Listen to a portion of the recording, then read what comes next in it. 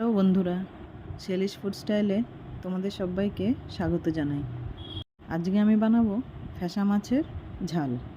এই মাছে একটু কাঁটা হলেও খেতে কিন্তু খুবই স্বাদ। খুবই কম সময়ে আর অল্প মশলায় এই রান্নাটা তোমাদেরকে করে দেখাবো।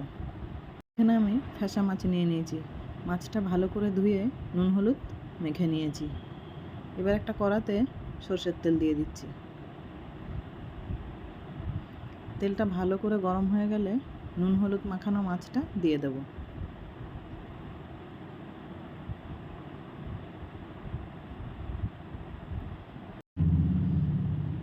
মাছগুলো দিয়ে দিয়েছি। এবার মাছগুলো উল্টে দেব।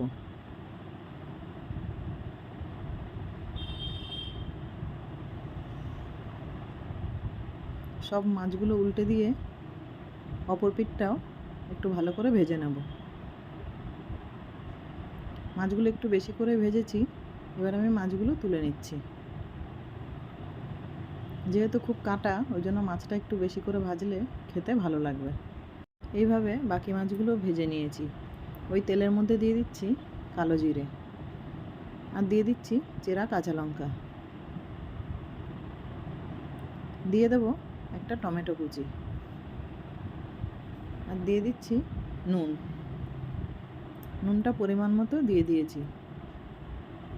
নুনটা দেওয়ার কারণে টমেটোটা একটু তাড়াতাড়ি নরম হয়ে যাবে। টমেটোটা বেশ ভালো গলে গেছে। এই সময় দিয়ে দেব লঙ্কা গুঁড়ো, দিয়ে দিচ্ছি হলুদ আর দিয়ে দেব জিরে গুঁড়ো। এই সব মশলাগুলো ভালো করে কষিয়ে নেব।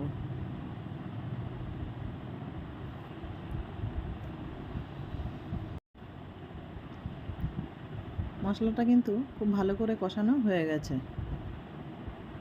এই সময় দিয়ে দেব 1 গ্লাস মতো জল। একটু নেড়ে নিয়ে ঝোলটা ফুটে উঠলে ভেজে রাখা মাছগুলো দিয়ে দেব।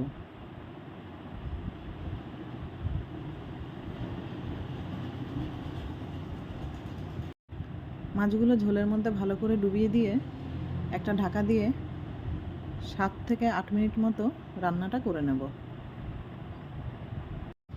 এবার ঢাকা খুলে দেখে নিচ্ছি। এবার একটু নেড়ে নেব। ঝোলটা কিন্তু মাছের গায়ে বেশ ভালোভাবে টেনে নিয়েছে। ঠিক এই রকম অল্প অল্প ঝোল থাকবে। এই সময় দিয়ে দেব একটু গরম মশলা গুঁড়ো। এবার গ্যাসটা অফ করে দেব। রান্নাটা কিন্তু পুরোপুরি হয়ে গেছে। গরম ভাত দিয়ে খাওয়ার জন্য পুরোপুরি রেডি হয়ে গেছে ফ্যাসা মাছের ঝাল। বন্ধুরা, আমার এই রেসিপিটা ভালো লাগলে একটা লাইক দিয়ে দেবে আর কমেন্ট করে জানাবে ফ্যাসা মাছের ঝালটা কেমন হয়েছে।